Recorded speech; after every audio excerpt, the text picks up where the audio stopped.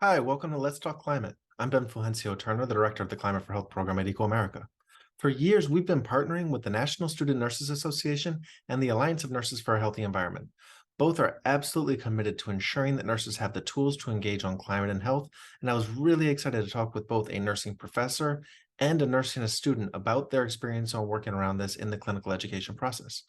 First, we're going to hear from Dr. Janice Hawkins about some of the great work happening at Old Dominion University. Hi, I'm Janice Hawkins, and I am a Climate for Health ambassador for a couple of years now. And I'm also a clinical associate professor at Old Dominion University. And I have very much been able to use the content and knowledge that I've learned as a Climate for Health ambassador to offer some enrichment opportunities for my students and even some supplemental educational activities where we've created some modules in our community health course, but could be used in other courses. And I want to take this opportunity today to share ideas of easily adaptable, easily insertable, ready-made content that faculty could use in courses. Our students could encourage faculty to use. Our students, if you're leaders, you could also maybe use this as part of your organization, as an activity in your organization, or maybe as an honors project. So I hope that you'll enjoy some takeaways today from things that we've been able to use successfully in our program. Just to kind of give you context, I do want to give you background information of why we might want to include this content or know this content in our role as a professional nurse. We do need to take the opportunity as nurses to be lifelong learners and educate ourselves about things that impact our health, such as climate. And then we also, as nurses, have a responsibility to educate others, including our patients. And as nurses, we are called to advocate for the communities that we serve. So we need to learn how to take action to prevent the health impacts of climate change. And to let you know how we got started on this, in 2022, our university across campus had a theme semester, and it was on sustainability. And we had already been talking about including some climate change content in our nursing curricula and in our Student Nurses Association. And this just gave us the opportunity to make sure we participated in this campus-wide initiative. So other programs were doing this too, but nursing, we thought, well, we have to participate because climate change really impacts health. So we looked around at some things that were already readily available. And one of those was to, of course, sign on to the Nurses Climate Challenge, and that includes the School of Nursing Commitment. So last time I checked, we were one of about 60 universities across the US who signed the commitment. I think that number's growing, but here's an opportunity as faculty or student to sign on to that commitment that says, hey, I'm going to have some climate change content in our curriculum. And this shouldn't be new to us. We've known since Florence Nightingale that climate and environment impacts health, right? So even though climate change is something that we're more focused on now, and a lot more people even beyond nursing are starting to become more aware, we should know about this as nurses, that our environment and our climate impacts our health. One of the really easily insertable modules that we used was the actual ambassador training that is now available on the Climate for Health Ambassador webpage, and it is available on demand, asynchronous, for free. And we require this of all of our nursing students. So for the very first time in fall of 22, we use this content, and we had all of our nursing students in both our pre-licensure program and our RN to BSN program take the training, and then they had the opportunity to sign the commitment letter and become trained ambassadors and Climate for Health ambassadors. So after they did the training, and again, that was so easily insertable because it's already there, and we had students upload their completion certificate, and as faculty, that's how we gave them credit for completing the assignment. And then they had the option to commit to be an ambassador, and quite a few of our students did that. They really gave us positive feedback on this. And as an ambassador, then they commit to going out in the community and providing awareness and presenting climate change content to others. So we had about 4 of our students who presented to freshman pre-nursing students, and there were about 100 students. So we had 4 of our students give a presentation to 100 students. And then a few other things we include in our module that we think are easily to insert. And in fact, we already had them there, but we just now encourage them to consider climate as part of the content they use for this, we have a module where we require our students to write a letter to the editor. We don't require that they submit it, but we require that they go through the process of learning how to write that so that they can be health policy advocates. And we have had actually quite a few letters published on different content areas. And in that module, we kind of do a how to write a letter to the editor. And there's lots of resources for that as well that are available even on YouTube. We also integrate in the nursing curricula what we call a green team walking windshield survey. So in nursing, we're very familiar with using a windshield survey in community health to kind of look at factors in the community that impact health and healthcare access. Well, this is kind of something that we include in that now. And we have students walk around campus and walk around our building and look for ways that we might save energy and be a little more energy efficient on campus. And we actually were able to consolidate their list and send it forward to our university team. So if you're interested in this, whether you're a student or faculty, just email me. We'll send you a copy and you can use this with your students or classmates. The great thing about this is we've so far only done this once and we're getting ready to do it again. But for the green survey that I just showed you, 92% of our students said that they were more aware of energy use in the School of Nursing, and that completing the survey meant that they were more likely to act on energy saving ideas both at home and in their work setting in the future. We also asked them what they thought about the Climate for Health Ambassador training, and we got great results back from that. 88% said they were more knowledgeable about the connections between climate and health. 74% said they were a lot more confident about being able to go out and discuss the impact of climate on health in their community. And we had the pleasure of actually watching some of our students do just that. And 83% of them said they were more likely to participate in advocacy actions for policy changes.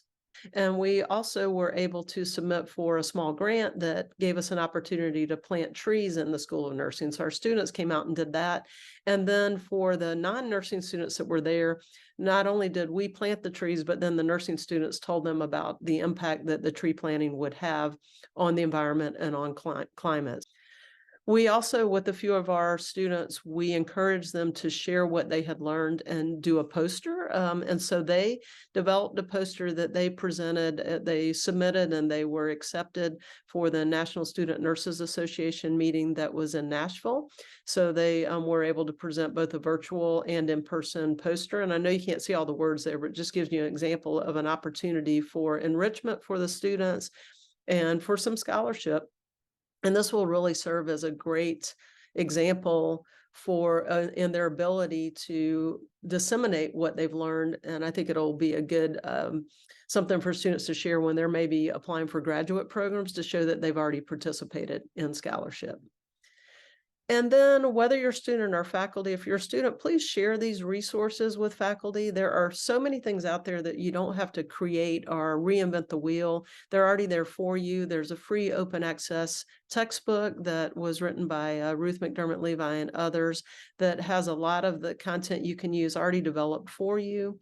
There are assessments on patient education that you can include, like if you're in your pediatrics class, you could look at things like climate change, asthma, and not just your pediatric patients, but all of your patients that have asthma. You should provide them with an air quality index that they can check daily, and that might help them make decisions about whether or not this is a good day for them to be outside. Also, this is a student-run initiative. It's called the Planetary Health Report Card, and students use this to grade whether or not their program participates in climate change content. So this is something that you can look at and say, is your university or your School of Nursing or your medical school program, what are you doing to include this content in your program?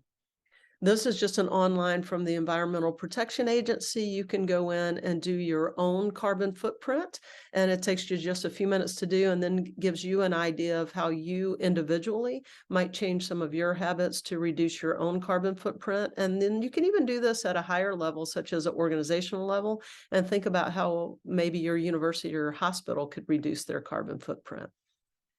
And then finally, kind of getting toward the end here, some other required reading that we include in our classes. We have a couple of articles that we've written, and there's some others out there on everyday actions that nurses can do to reduce the carbon footprint in the hospital. So one of those we called reducing the carbon footprint of our healthcare systems while lowering costs from A to Z. So just simple things like not taking so many bed linens into the room, and then whether you use them or not, they're now dirty, and all of those have to be washed, and that uses energy. So we could, for L, lower linen par levels, we could not take so many into the room and save energy and cost just with that. As educators and as students and future nurses, you can make an impact, and then others watch you doing that, and then you have an impact to change them, and then they tell others, so it just kind of spreads that way. And we don't always know when we're making a difference, but sometimes those stories come back around, and then you really realize, wow, one thing you shared, and now others are doing that. So I hope these are valuable to you, and I hope you can use them in your practice and as an educator and as a future student. Thank you for this opportunity to share this with you. Thank you, Janice. Many universities are working to update curricula for clinical education programs and to incorporate climate change and its impacts on health as part of the standard clinical education process. We know this can take a long time, and I was really inspired by how Janice and her colleagues at Old Dominion were able to come up with ways to make the climate health connection relevant for students and beneficial in their training. I also had a chance to talk with Flynn Almirol, a member of the board of directors of the National Student Nurses Association, about his experience in this leadership role and especially how students can start taking action on campus. Flynn? Hello guys, my name is Flynn Almirol. I'm one of the directors for the National Student Nurses Association. I'm coming from Jacksonville, Florida. I'm currently a registered nurse practicing in the emergency department who obtained his associate's degree in nursing in the same at Florida State College at Jacksonville. I went back to Florida State College at Jacksonville for my RN to BSN program. I am currently in my first term out of 3. NSNA is National Student Nurses Association. We basically represent the student nursing population here in the United States, and it is 60,000 members strong. I work with other directors representing the whole student nursing body here in the country. Right now, I chair Population and Global Health, which is basically a committee that focuses on disaster preparedness and what we can do for our population. We're also focusing on climate change since it's already, one of the biggest problems that we have to encounter, especially our generation. And as a student nurse, we are really affected by it just because we do a lot of community projects outside the community. Global warming is one of the things that we have to tackle. And as student nurses, we have a lot of, we can do little things to help contribute to the fight against climate change. And one of the things that I can bring up to you guys is the reduction of carbon emissions on a personal level. We found out that through storing emails that are unnecessary, we contribute to the carbon emissions that is being emitted here in our world. So as simple as deleting emails that have already been read or have already been, used is a one step in helping reducing those carbon emissions. Another thing that we can do as student nurses is to collect plastic. I'm pretty sure everyone is aware that plastic is very, very used in all of our campus communities, just because plastic is very accessible to everyone. What I have been doing in my local school or in my local chapter is that we provided container bags wherein we collect those plastic bottles and we repurpose them. Repurpose in the way that we use that to sell it, and then we sell it to people who do local plastic recycling facilities, and then we gain funds and we use that for our local projects. Actually, we're using some funds that we received from that project to providing a homestead pantry for our student nurses so that they have a place where they can collect sustainable fruits and vegetables. I've been given the power to raise these awareness when it comes to climate change and disaster preparedness. Thank you so much, Flynn. We're really proud to support this work and to bring climate health resources to early career professionals, to students who are just starting off their health careers, and ways to bring climate action to campuses. Thanks to both our guests, and thanks to you all for listening. You can engage with us online with the hashtag Let's Talk Climate, and please be sure to subscribe and follow us for the latest thought leadership, resources, and episodes on climate action and advocacy. From everyone at ecoAmerica and Climate for Health, join us in caring for our climate in order to care for our health. Please be well, stay safe, and take action.